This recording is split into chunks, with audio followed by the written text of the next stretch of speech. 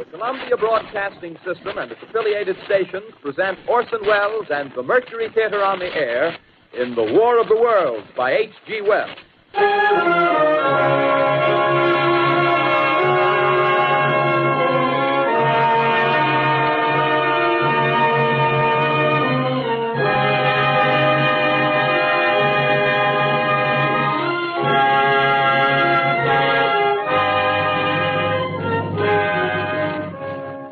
Ladies and gentlemen, the director of the Mercury Theatre and star of these broadcasts, Orson Welles. We know now that in the early years of the 20th century, this world was being watched closely by intelligences greater than man's, and yet as mortal as his own. We know now that as human beings busied themselves about their various concerns, they were scrutinized and studied, perhaps almost as narrowly as a man with a microscope might scrutinize the transient creatures that swarm and multiply in a drop of water. With infinite complacence, people went to and fro over the earth about their little affairs, serene in the assurance of their dominion over this small, spinning fragment of solar driftwood, which by chance or design, man has inherited out of the dark mystery of time and space. Yet across an immense ethereal gulf, minds that are to our minds as ours are to the beasts in the jungle, intellects, vast, cool, and unsympathetic, regarded this earth with envious eyes and slowly and surely drew their plans against us. In the 39th year of the 20th century came the Great Disillusionment. Near the end of October, business was better. The war scare was over. More men were back at work. Sales were picking up.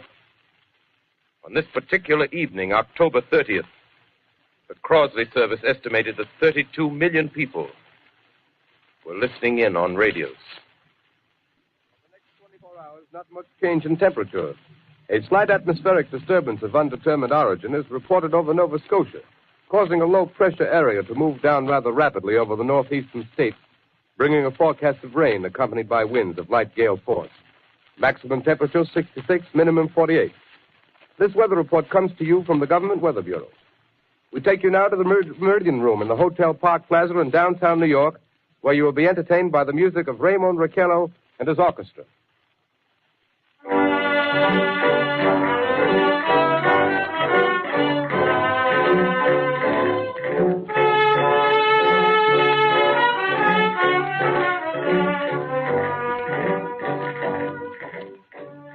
Good evening, ladies and gentlemen. From the Meridian Room in the Park Plaza Hotel in New York City, we bring you the music of Raymond Raquello and his orchestra. With a touch of the Spanish, Raymond Raquello leads off with La Campesita.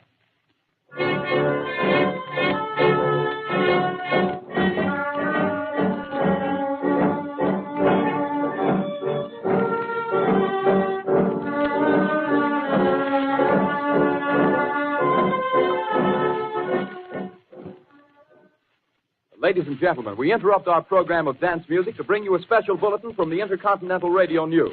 At 20 minutes before 8 Central Time, Professor Farrell of the Mount Jennings Observatory, Chicago, Illinois, reports observing several explosions of incandescent gas occurring at regular intervals on the planet Mars. The spectroscope indicates the gas to be hydrogen and moving toward the Earth with enormous velocity. Professor Pearson of the observatory at Princeton confirms Farrell's observation and describes the phenomenon as, quote, like a jet of blue flame shot from a gun, unquote. We now return you to the music of Raymond Raquello, playing for you in the Meridian Room of the Park Plaza Hotel, situated in downtown New York.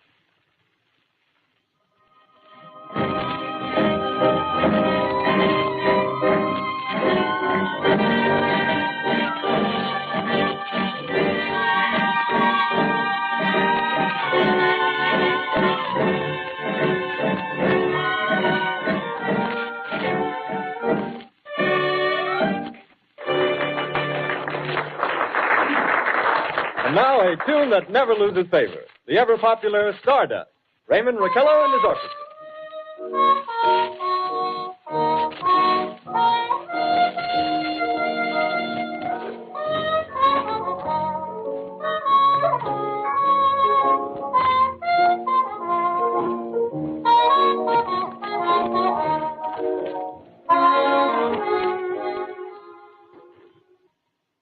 Ladies and gentlemen, following on the news given in our bulletin a moment ago, the Government Meteorological Bureau has requested the large observatories of the country to keep an astronomical watch on any further disturbances occurring on the planet Mars. Due to the unusual nature of this occurrence, we have arranged an interview with the noted astronomer, Professor Pearson, who will give us his views on this event. In a few moments, we will take you to the Princeton Observatory at Princeton, New Jersey. We return you until then to the music of Herrmann and his orchestra.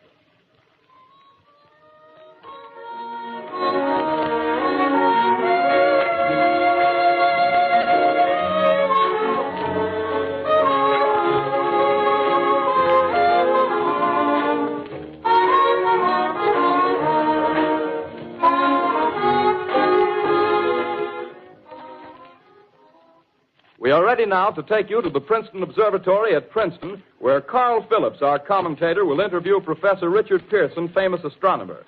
We take you now to Princeton, New Jersey. Good evening, ladies and gentlemen. This is Carl Phillips speaking to you from the observatory at Princeton. I'm standing in a large semicircular room, pitch black except for an oblong split in the ceiling. Through this opening, I can see a sprinkling of stars that cast a kind of frosty glow over the intricate mechanism of the huge telescope.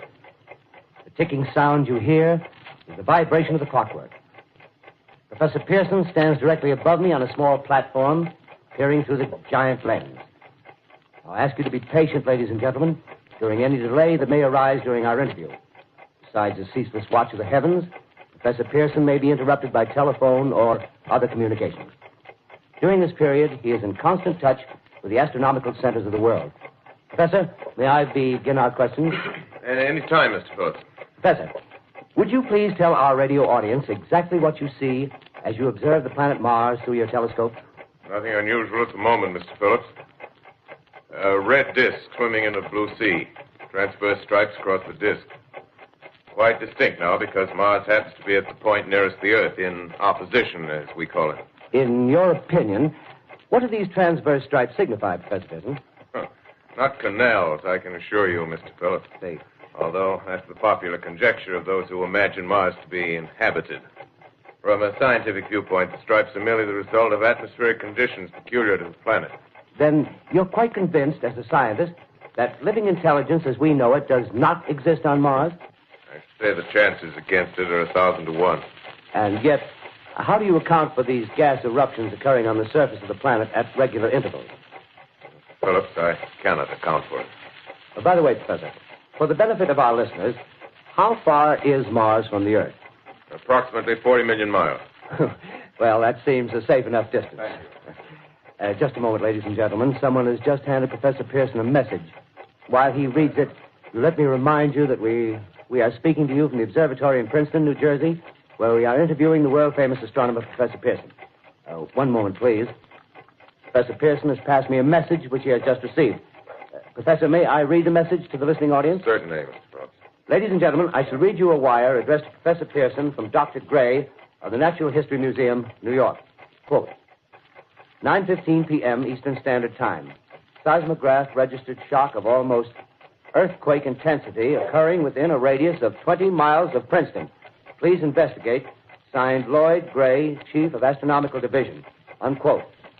Professor Pearson, could this occurrence possibly have something to do with the disturbances observed on the planet Mars? Hardly, Mr. Phillips. This is probably a meteorite of unusual size, and its arrival at this particular time is merely a coincidence. However, we shall conduct a search as soon as daylight permits. Thank you, Professor. Ladies and gentlemen, for the past 10 minutes, we've been speaking to you from the observatory at Princeton, bringing you a special interview with Professor Pearson, noted astronomer. This is Carl Phillips speaking. We are returning you now to our New York studio.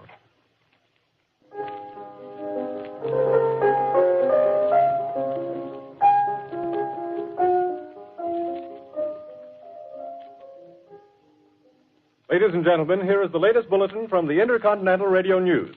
Toronto, Canada. Professor Morse of Macmillan University reports observing a total of 3 explosions on the planet Mars between the hours of 7:45 p.m. and 9:20 p.m. Eastern Standard Time.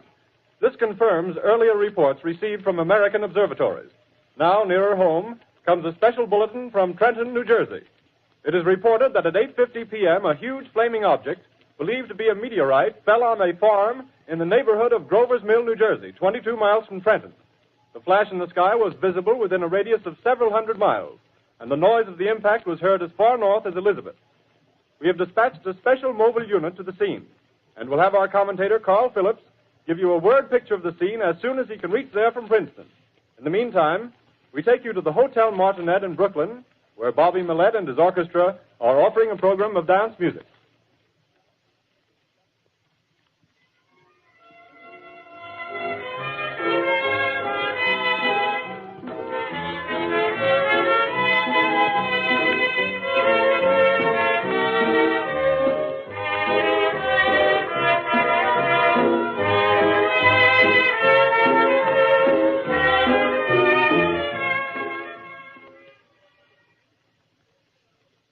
We take you now to Grover's Mill, New Jersey.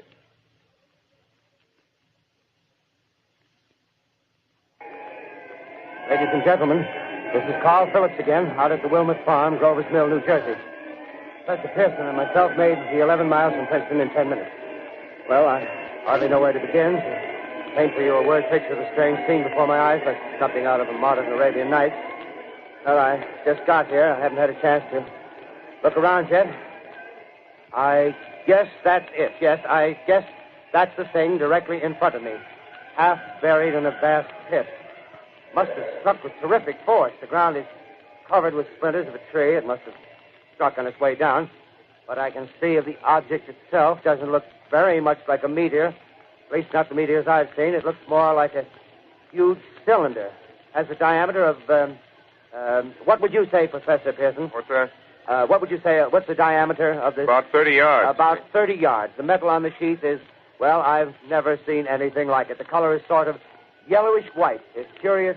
Spectators now are pressing close to the object in spite of the efforts of the police to keep them back. Getting in front of my line of vision. Would you mind standing one side, please?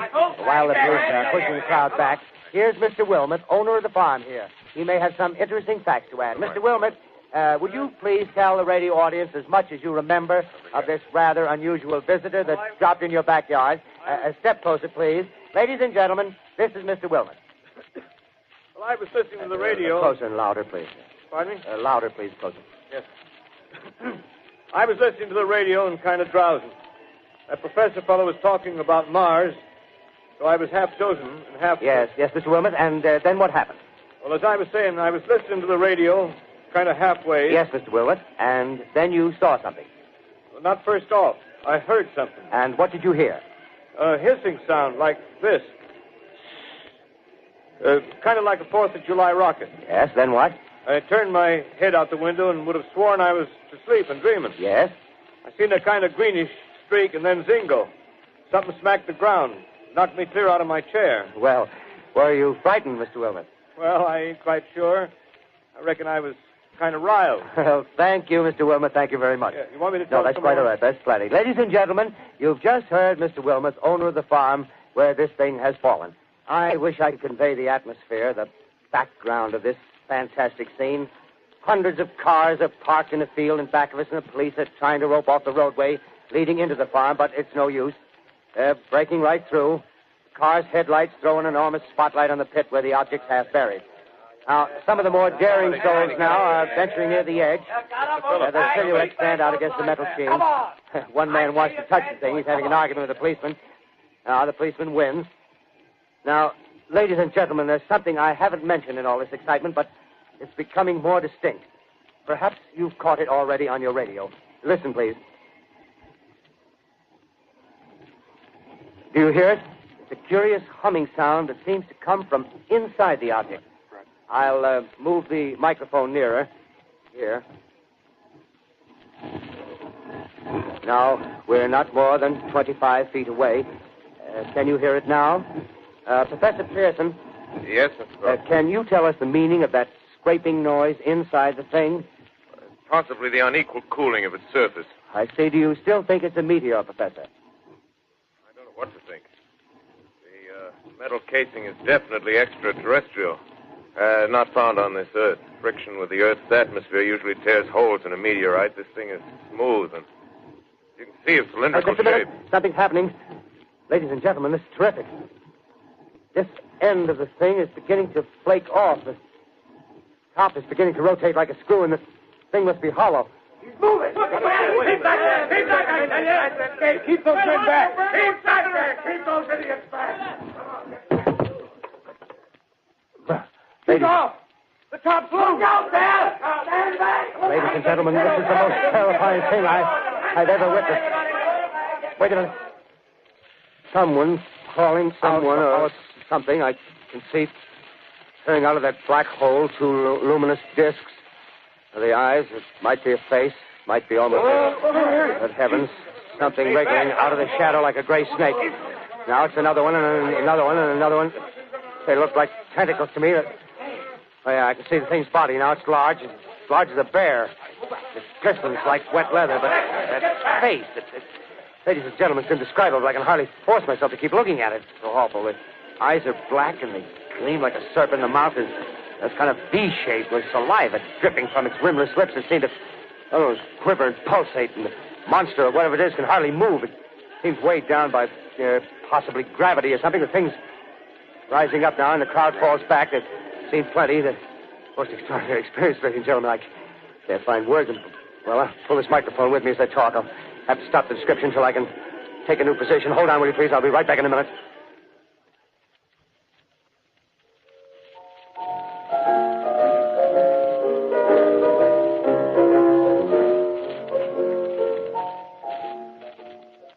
We are bringing you an eyewitness account of what's happening on the Wilmuth Farm, Grover's Mill, New Jersey.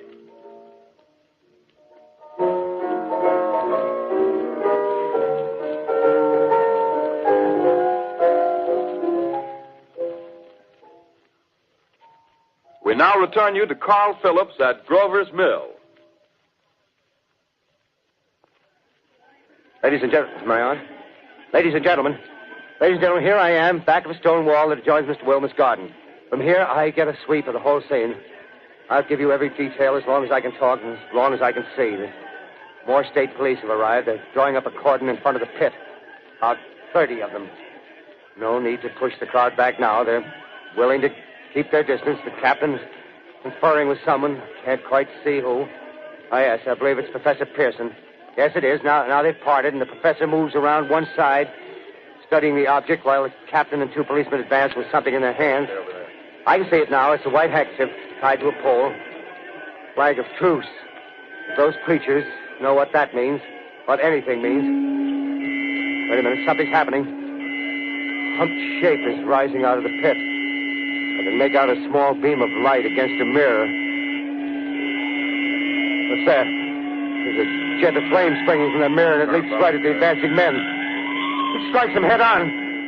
Lord, they're turning into flames. Now the whole field's caught up by the woods, the barns, the gas tanks of the automobiles spreading everywhere. It's coming this way now, about 20 yards to my right.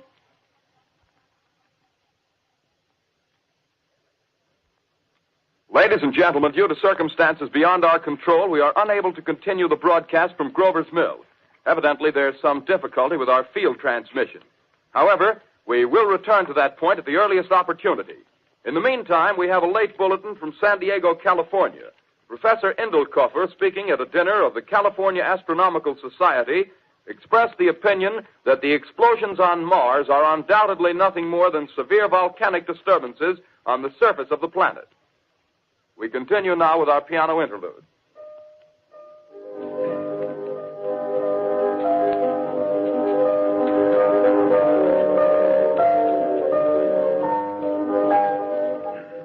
Ladies and gentlemen, I've just been handed a message that came in from Grover's Mill by telephone. Just one moment, please. At least 40 people, including 6 state troopers, lie dead in a field east of the village of Grover's Mill. Their bodies burned and distorted beyond all possible recognition. The next voice you hear will be that of Brigadier General Montgomery Smith, commander of the state militia at Trenton, New Jersey. I have been requested by the governor of New Jersey to place the counties of Mercer and Middlesex as far west as Princeton and east to Jamesburg under martial law. No one will be permitted to enter this area except by a special pass issued by state or military authorities. 4 companies of state militia are proceeding from Trenton to Grover's Mill and will aid in the evacuation of homes within the range of military operations. Thank you. You have just been listening to General Montgomery Smith, commanding the state militia at Trenton. In the meantime, further details of the catastrophe at Grover's Mill are coming in. The strange creatures, after unleashing their deadly assault, crawled back in their pit and made no attempt to prevent the efforts of the firemen to recover the bodies and extinguish the fire. The combined fire departments of Mercer County are fighting the flames which menace the entire countryside. We have been unable to establish any contact with our mobile unit at Grover's Mill, but we hope to be able to return you there at the earliest possible moment. In the meantime, we take you to... Just one moment, please. Ladies and gentlemen, I have just been informed that we have finally established communication with an eyewitness of the tragedy. Professor Pearson has been located at a farmhouse near Grover's Mill, where he has established an emergency observation post. As a scientist, he will give you his explanation of the calamity. The next voice you hear will be that of Professor Pearson, brought to you by direct wire. Professor Pearson. Of the creatures in the rocket cylinder at Grover's Mill, I can give you no authoritative information, either as to their nature, their origin, or their purposes here on Earth. Of their destructive instrument, I might venture some conjectural explanation. For want of a better term, I shall refer to the mysterious weapon as a heat ray. It's all too evident that these creatures have scientific knowledge far in advance of our own. It's my guess that in some way they are able to generate an intense heat in a chamber of practically absolute non-conductivity. This intense heat they project in a parallel beam against any object they choose by means of a polished parabolic mirror of unknown composition, much as the mirror of a lighthouse projects a beam of light. That is my conjecture of the origin of the heat ray. Thank you, Professor Pearson. Ladies and gentlemen, here is a bulletin from Trenton. It is a brief statement informing us that the charred body of Carl Phillips has been identified in a Trenton hospital. Now, here's another bulletin from Washington, D.C. The Office of the Director of the National Red Cross reports 10 units of Red Cross emergency workers have been assigned to the headquarters of the state militia, stationed outside of Grover's Mill, New Jersey. Here's a bulletin from State Police, Princeton Junction. The fires at Grover's Mill and vicinity are now under control. Scouts report all quiet in the pit, and there is no sign of life appearing from the mouth of the cylinder. Now, ladies and gentlemen, we have a special statement from Mr. Harry McDonald, Vice President in charge of operations. We have received a request from the state militia of Trenton to place at their disposal our entire broadcasting facilities. In view of the gravity of the situation, and believing that radio has a responsibility to serve in the public interest at all times, we are turning over our facilities to the state militia at Trenton. We take you now to the field headquarters of the state militia near Grover's Mill, New Jersey. This is Captain Lansing of the Signal Corps, attached to the state militia, now engaged in military operations in the vicinity of Grover's Mill. Situation arising from the reported presence of certain individuals of unidentified nature is now under complete control. The cylindrical object, which lies in a pit directly below our position, surrounded on all sides by 8 battalions of infantry, without heavy field pieces, but adequately armed with rifles and machine guns. All cause for alarm, if such cause ever existed, is now entirely unjustified. Things, whatever they are, do not even venture to poke their heads above the pit. I can see their hiding place plainly in the glare of the searchlights here. With all their reported resources, these creatures can scarcely stand up against heavy machine gun fire. Anyway, it's an interesting outing for the troops. I can make out their khaki uniforms crossing back and forth in front of the lights. Looks almost like a real war. There appears to be some slight smoke in the woods bordering the Millstone River. Probably fire started by campers. Well, we ought to see some action soon. One of the companies is deploying on the left flank. A quick thrust and it'll all be over. Now, wait a minute. I see something on top of the cylinder. No, it's nothing but a shadow. Now the troops are on the edge of the Wilmot farm. 7,000 armed men closing in on an old metal tube. A tub, rather. Well, wait, that wasn't a shadow. It's something moving. solid metal, kind of a shield-like affair rising up out of the cylinder. It's going higher and higher. What? It's standing on legs, actually rearing up on a sort of metal framework. Now it's reaching above the trees and the searchlights are on it. Hold on.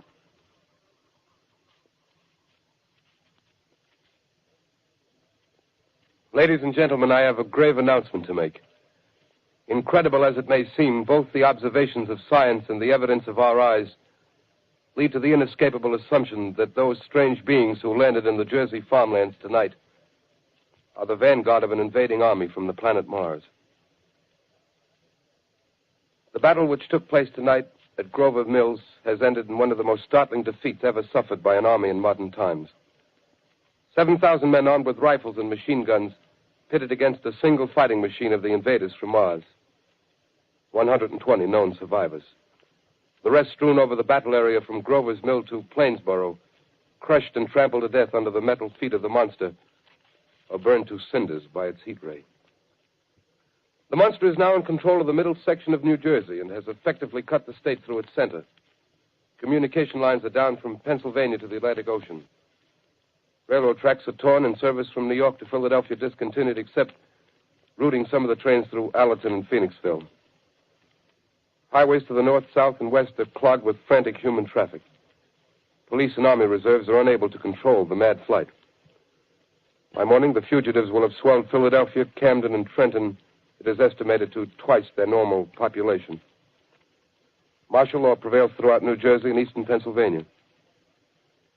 At this time, we take you to Washington for a special broadcast on the national emergency. The Secretary of the Interior. Citizens of the nation, I shall not try to conceal the gravity of the situation that confronts the country, nor the concern of your government in protecting the lives and property of its people. However, I wish to impress upon you, private citizens and public officials, all of you, the urgent need of calm and resourceful action. Fortunately, this formidable enemy is still confined to a comparatively small area, and we may place our faith in the military forces to keep them there.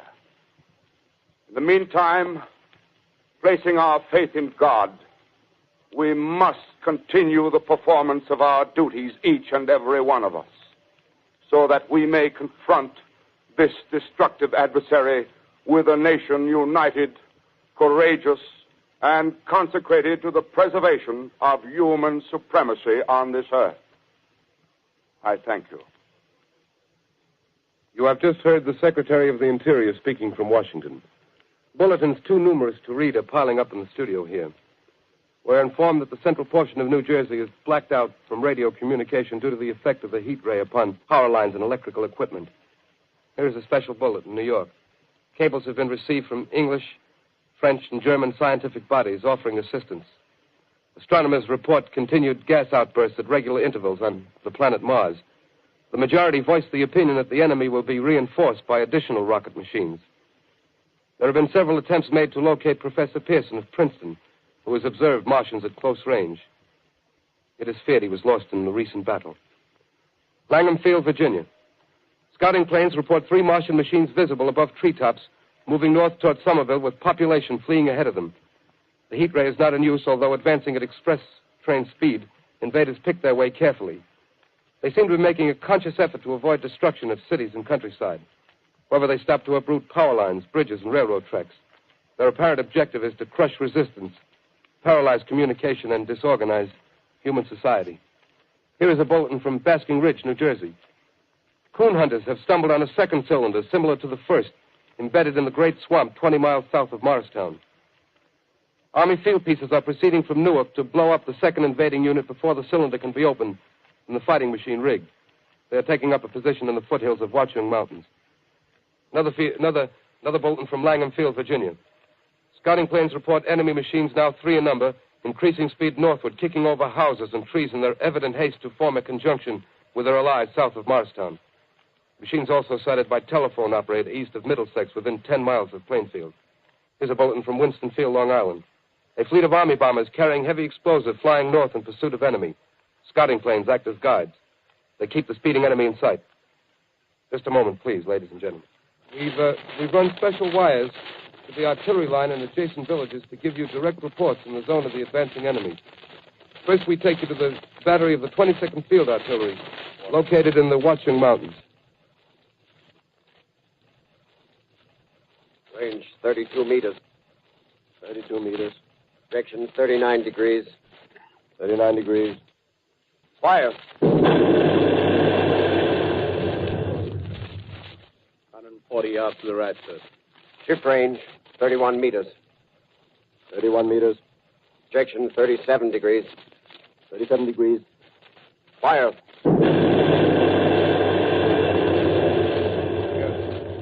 Hit, sir. Got the tripod of one of them. That's stopped. The others are trying to repair it. Quick, get the range. Shift 30 meters. 30 meters. Projection 27 degrees. 27 degrees. Fire.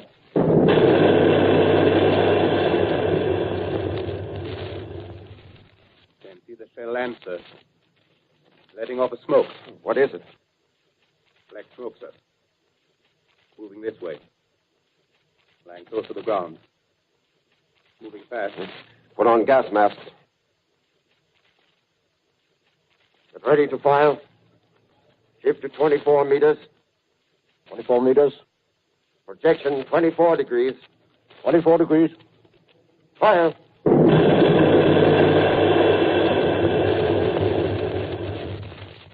Still can't see, sir. Smoke's coming nearer. Get the range. 33 meters. 23 meters. 23 meters. 22 degrees.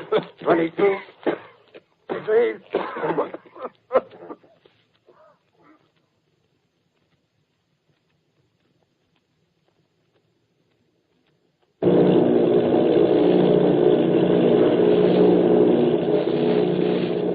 Army bombing plane V-843 off Bayonne, New Jersey. Lieutenant Volt, commanding 8 bombers, reporting to Commander Fairfax, Langham Field. This is Volt reporting to Commander Fairfax, Langham Field. Enemy tripod machines now in sight. Reinforced by 3 machines from the Morristown cylinder. 6 altogether. 1 machine partially crippled. Believed hit by shell from Army gun in Watchung Mountains. Guns now appear silent. A heavy black fog hanging close to the earth of extreme density, nature unknown. No sign of heat ray. Enemy now turns east, crossing Passaic River into the Jersey marshes. Another straddles the Pulaski Skyway. Evident objective is New York City. They're pushing down a high-tension power station. The machines are close together now, and we're ready to attack. Planes circling, ready to strike.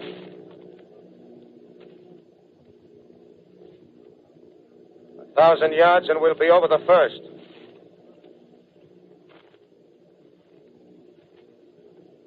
$800 yards.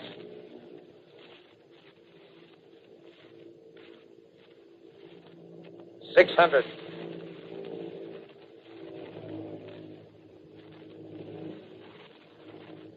$400. $200. There they go. The giant arm raised. Green flash. They're spraying us with flame. 2,000 feet. Engines are giving out. No chance to release bombs. Only one thing left. Drop on them, plane and all. We're diving on the first one. Now the engine's gone. 8.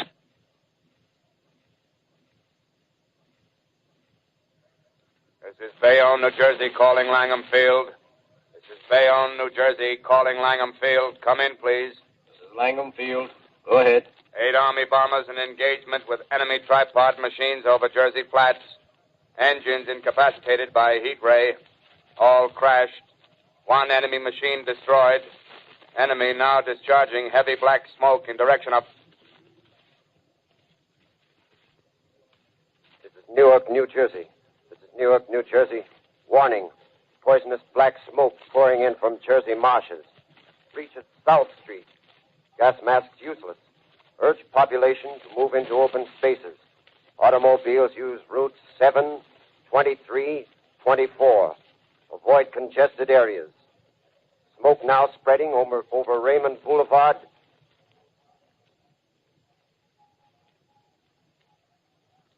X2L calling CQ, 2X2L calling CQ, 2X2L calling 8X3R. Come in, please. This is 8X3R coming back at 2X2L. How's reception? How's reception? K, please.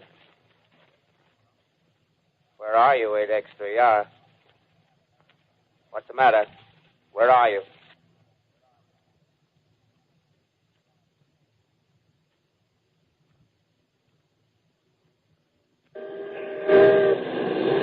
I'm speaking from the roof of Broadcasting Building. I'm speaking from the roof of Broadcasting Building, New York City. The bells you hear are ringing to warn the people to evacuate the city as the Martians approach. Estimated in the last 2 hours, 3 million people have moved out along the roads to the north. Hutchison River Parkway is still kept open for motor traffic. Avoid bridges to Long Island, hopelessly jammed. All communication with Jersey Shore closed 10 minutes ago. No more defenses. Our army is wiped out.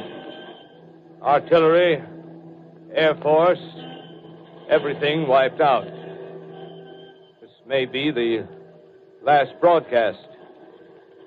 We'll stay here to the end. People are holding service here below us in the cathedral. Now I look down the harbor, all manner of boats, overloaded with fleeing population pulling out from docks. Streets are all jammed. Noise in crowds like New Year's Eve in city. Wait a minute. The enemy is now in sight above the Palisades. Five great machines. First one is crossing the river. I can see it from here, wading the Hudson like a man wading through a brook. A bulletin is handed me. Martian cylinders are falling all over the country. One outside of Buffalo, one in Chicago, St. Louis. Seem to be timed and spaced. Now the first machine reaches the shore. He stands watching, looking over the city. The steel cowlish head is even with the skyscrapers. He waits for the others. They rise like a line of new towers on the city's west side. Now they're lifting their metal hands. This is the end now. Smoke comes out, black smoke drifting over the city. People in the streets see it now. They're running toward the East River, thousands of them, dropping in like rats. Now the smoke's spreading faster. It's reached Times Square. People are trying to run away from it, but it's no use. They're falling like flies. Now the smoke's crossing 6th Avenue, 5th Avenue. 100 yards away. It's 50 feet.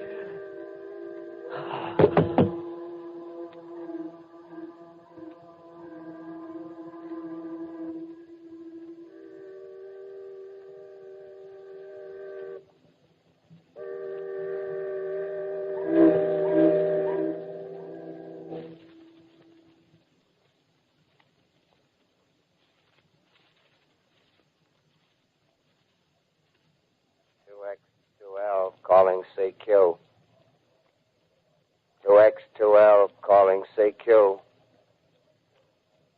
2X2L calling CQ, New York.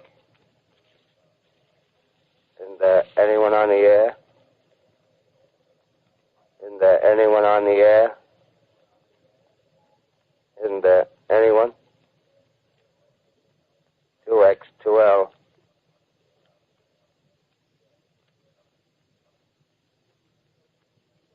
You are listening to a CBS presentation of Orson Welles and the Mercury Theatre on the Air in an original dramatization of The War of the Worlds by H.G. Wells. The performance will continue after a brief intermission. This is the Columbia Broadcasting System. The War of the Worlds by H.G. Wells, starring Orson Welles and the Mercury Theatre on the Air.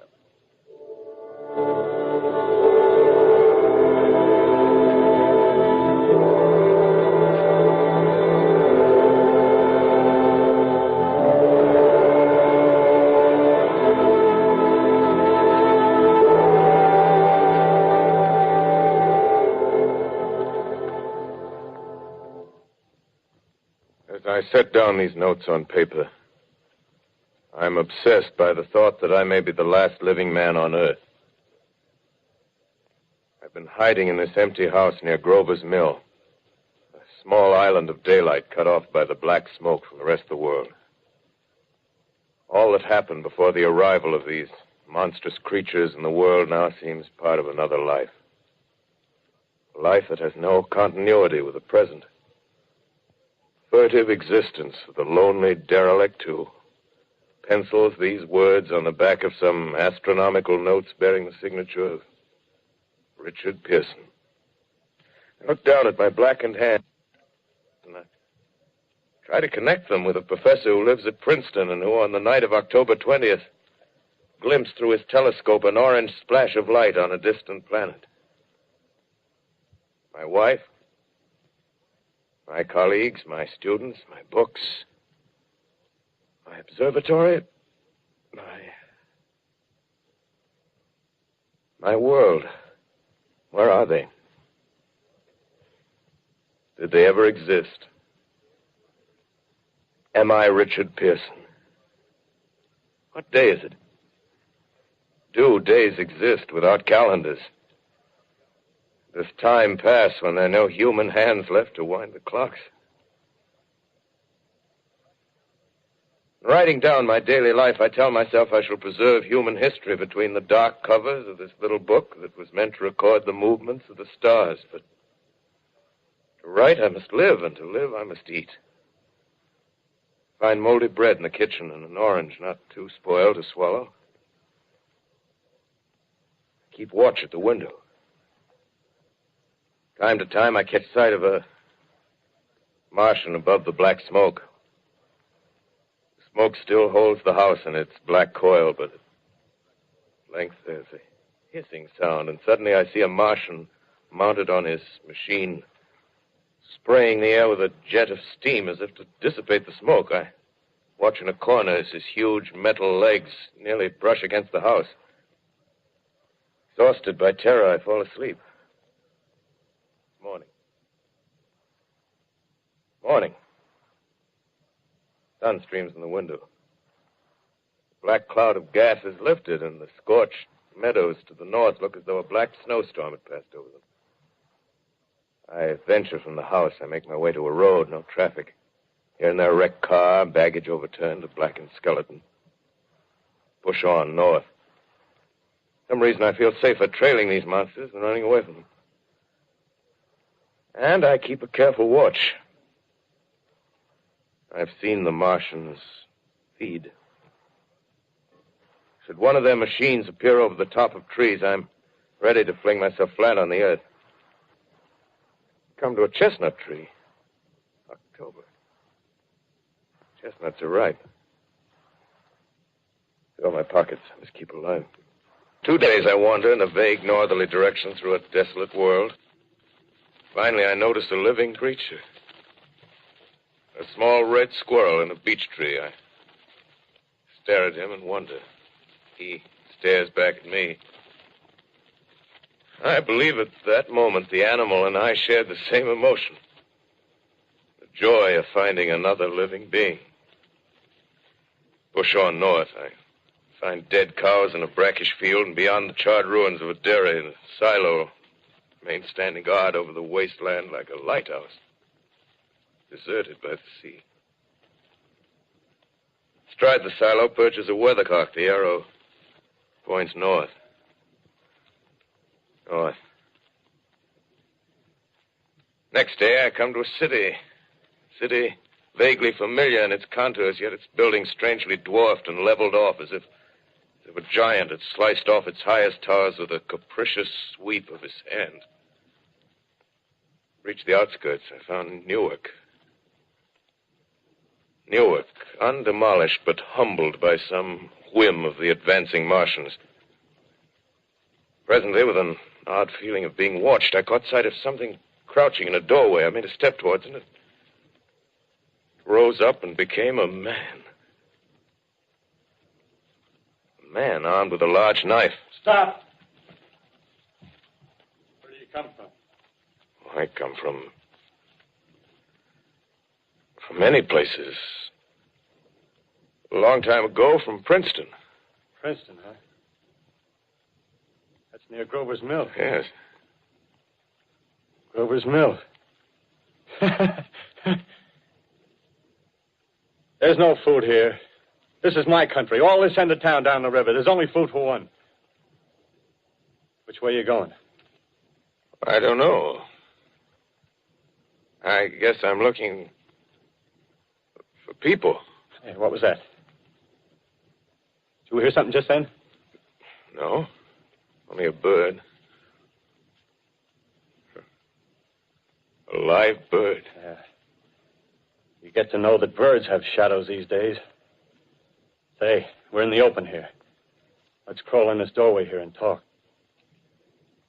Have you seen any Martians? No. They're going over to New York. Night, the sky's alive with their lights, just as if people were still living in it. By daylight, you can't see them. 5 days ago, a couple of them carried something big across the flats from the airport. I think they're learning how to fly. Fly? Yeah, fly. Then it's all over with humanity. Stranger, there's still you and I. 2 of us left. Yeah. They got themselves in solid. They wrecked the greatest country in the world.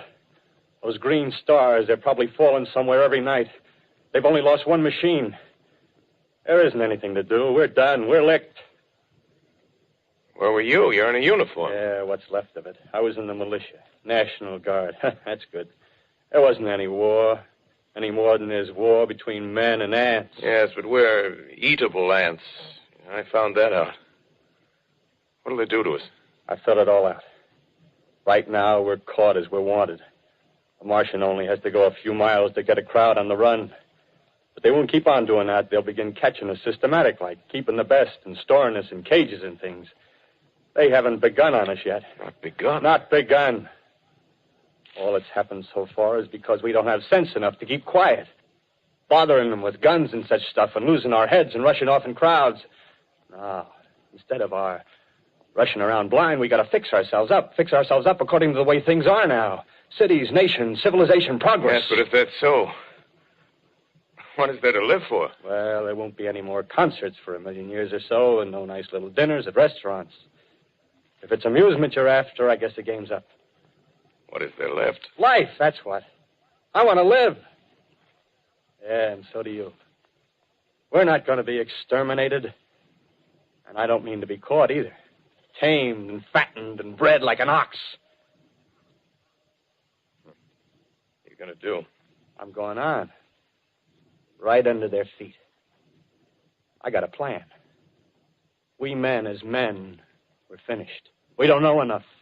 We got to learn plenty before we got a chance. We've got to live and keep free while we learn, see? I've thought it all out, see? Well, tell me the rest. Well, it isn't all of us that are made for wild beasts. That's what it got to. That's what it got to be. That's why I watched you. Watched you. All those little office workers that used to live in these houses. They be no good. They haven't any stuff in them. They used to run. Run off to work. I've seen hundreds of them running to catch their commuter's train in the morning, afraid they'd get canned if they didn't. Running back at night, afraid they wouldn't be in time for dinner.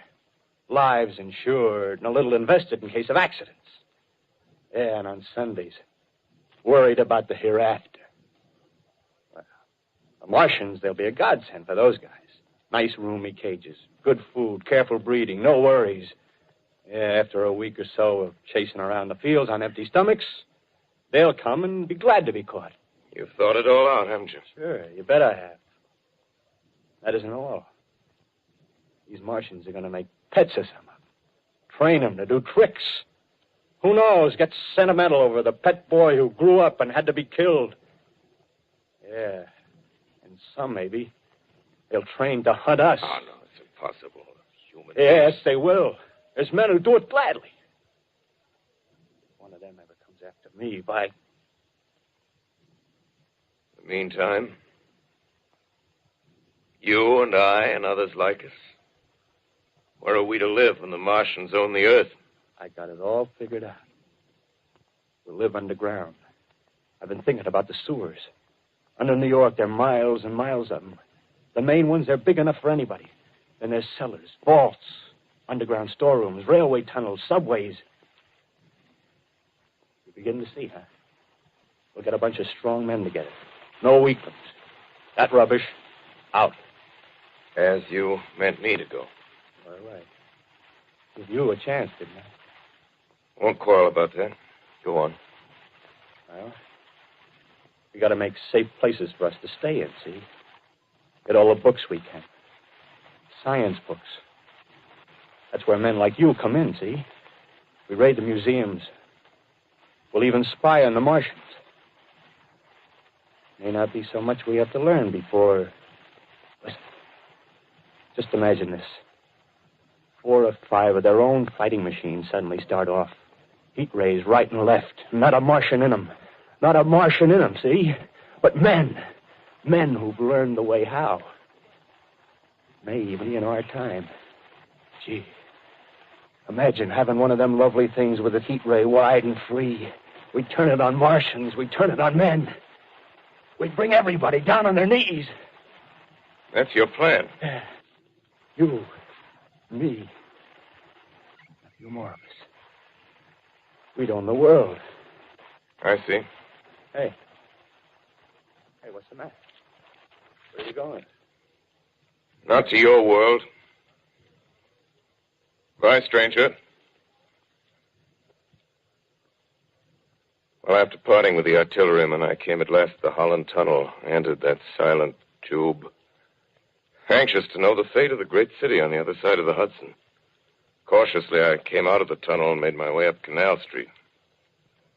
Reached 14th Street, and there again were black powder and several bodies and an evil, ominous smell from the gratings of the cellars of some of the houses. I wandered up through the 30s and 40s, stood alone on Times Square, caught sight of a lean dog running down 7th Avenue with a piece of dark brown meat in his jaws and a pack of starving mongrels at his heels. Made a wide circle around me as though he feared I might prove a fresh competitor. Walked up Broadway in the direction of that strange powder, past silent shop windows, displaying their mute wares to empty sidewalks.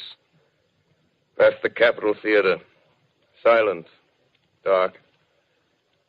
Past a shooting gallery where a row of empty guns faced an arrested line of wooden ducks. Near Columbus Circle, I noticed models of 1939 motor cars in the showrooms facing empty streets. Over the top of the General Motors building, I watched a flock of black birds circling in the sky. Hurried on. Suddenly, I caught sight of the hood of a Martian machine, standing somewhere in Central Park, gleaming in the late afternoon sun. An insane idea. I rushed recklessly across Columbus Circle and into the park. I climbed a small hill above the pond at 60th Street, and from there I could see, standing in a silent row along the mall, 19 of those great metal titans, their cowls empty, their steel arms hanging listlessly by their sides. I looked in vain for the monsters that inhabit those machines. Suddenly, my eyes were attracted to the immense flock of black birds that hovered directly below me. They circled to the ground. And there before my eyes, stark and silent, lay the Martians with the hungry birds pecking and tearing brown shreds of flesh from their dead bodies. Later, when their bodies were examined in laboratories, it was found that they were killed by the putrefactive and disease bacteria against which their systems were unprepared. Slain, after all, man's defenses had failed by the humblest thing that God, His wisdom, has put upon this earth. Before the cylinder fell, there was a general persuasion that through all the deep of space, no life existed beyond the petty surface of our minute sphere. Now we see further. Dim and wonderful is the vision I've conjured up in my mind of life spreading slowly from this little seedbed of the solar system throughout the inanimate vastnesses of sidereal space. But a remote dream, maybe that the destruction of the Martians is only a reprieve to them and not to us. Is the future ordained, perhaps? Strange it now seems to sit in my peaceful study at Princeton, writing down this last chapter of the record, begun at a deserted farm in Grover's Mill.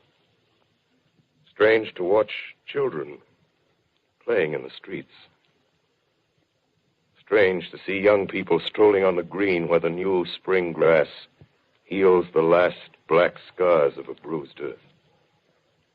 Strange to watch the sightseers enter the museum where the dissembled parts of a Martian machine are kept on public view. Strange when I recall the time when I first saw it.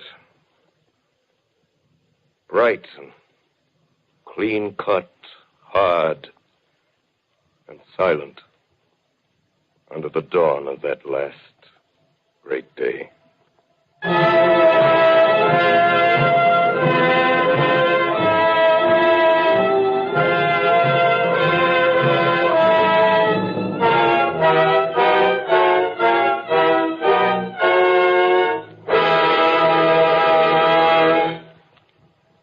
This is Orson Welles, ladies and gentlemen, out of character to assure you that the War of the Worlds has no further significance than as the holiday offering it was intended to be. The Mercury Theatre's own radio version of dressing up in a sheet and jumping out of a bush and saying boo. Starting now, we couldn't soap all your windows and steal all your garden gates. By tomorrow night, so we did the best next thing. We annihilated the world before your very ears and utterly destroyed the CBS. You will be relieved, I hope, to learn that we didn't mean it and that both institutions are still open for business.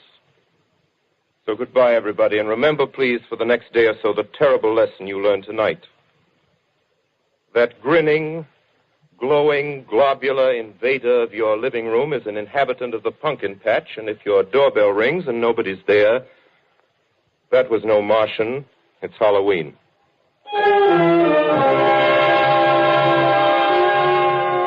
Tonight, the Columbia Broadcasting System and its affiliated stations coast to coast has brought you The War of the Worlds by H.G. Wells, the 17th in its weekly series of dramatic broadcasts featuring Orson Welles and the Mercury Theatre on the air. Next week, we present a dramatization of 3 famous short stories. This is the Columbia Broadcasting System.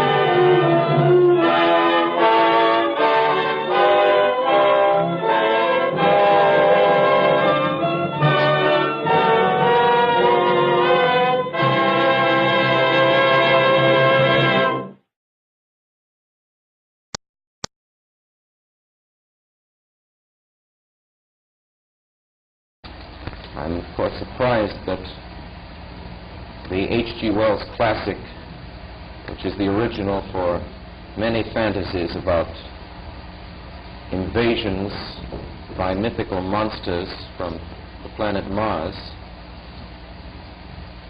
I'm extremely surprised to learn that a story which has become familiar to children through the medium of comic strips and many succeeding novels and adventure stories should have had such an immediate and profound effect upon radio listeners.